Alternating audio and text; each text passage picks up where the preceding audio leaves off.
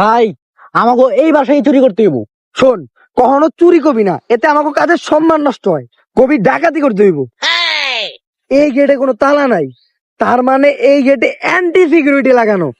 এর লেগেই তো এই কাজ আমার দিছে, কারণ এই কাজটা আমি তার আর কেউ করতে পারবো না। এই গেটটা খুলতে আমার অনেক মাথা খাটাইতে হইব। হাতুর দিয়ে বাড়ি মারলে তো পারবো না, ক্রেন এনে পুরো গেটটাই উঠিয়ে এলাম। ভাই গেট খুলে লাইছি।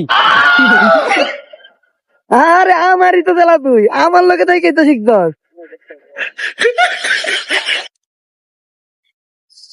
এই দরজার ভিতরে তো আর হাত দোকানের জায়গা নাই, এই দরজা খোলা অসম্ভব।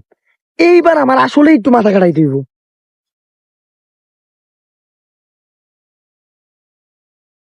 দরজা তো লাগাই নাই, কি করে? আরে ভাবার পর এইটাই তো কইতে দিতেছিলাম আমি। ভাই দরজা যেহেতু খোলা ছিল, আমাকে ভিতরে যাওয়া একদম ঠিক হইব না। ভিতরে নিশ্চয়ই কোনো বিপদ আছে। বিপদ দেখে আমি ভয় পাই না, এতদিন ধরে এই লাইনে আছি। ভিতরে বিপদ থাকলে কি আর আমি জানবো না? আস্তে, ভয় পাওয়ার কিছু নাই। তোমাকে এই জায়গায় আমি ডাকছি। এই বাড়িতে এত সিকিউরিটি থাকা সত্ত্বেও যেহেতু 2 গেট ভাঙ্গা তোমরা উপরে আসতে পারছো, নিশ্চিত তোমরা অনেক বড় মাপের চোর। না, তোর কই না, এটা আমাকে কাদের অসম্মান করা হয়। ডাকাইত কইবেন। কি করে? যাই হোক, তোমাকে আমার একটা কাজ করতে হইব। চেয়ারম্যান সাহেবের হারে যাওয়া মহামূল্যবান অক্টেনের কথাও করে জানতে দেওয়া যাইব না। চেয়ারম্যান সাহেবের মহামূল্যবান একটা জিনিস চিন্তা হয়ে গেছে, ওইটা তোমার ঘরে ফিরে আনতে হইব। এই শহরের সবচেয়ে বড় গ্যাংস্টার আমরা।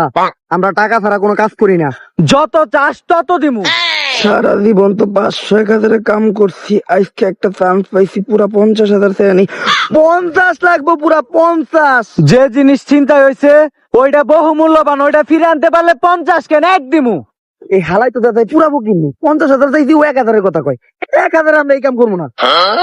আরে আমি 1 কোটি কইছি। কোটি? আর আমরা তো 10 কোটি ছাড়া কামই করি না। আপনি দেখতে ভালো মানুষ, তাই 1 কোটিতে রাজি হয়েছি। আর আমি জানি তুমি ছাড়া এই কাজ অন্য কেউ করতে পারবো না। আর তুমি যে কত সাহসী, আজকে তার প্রমাণ পাইলাম। এই 2টা বন্দুক তুমি ছাড়া অন্য কারো মাথায় ধরলে ও জায়গায় ঘাড়ে মুইতা দিত। এই নে, এখানে সব ডিটেলস আছে, তাড়াতাড়ি কাজ শুরু করে দে।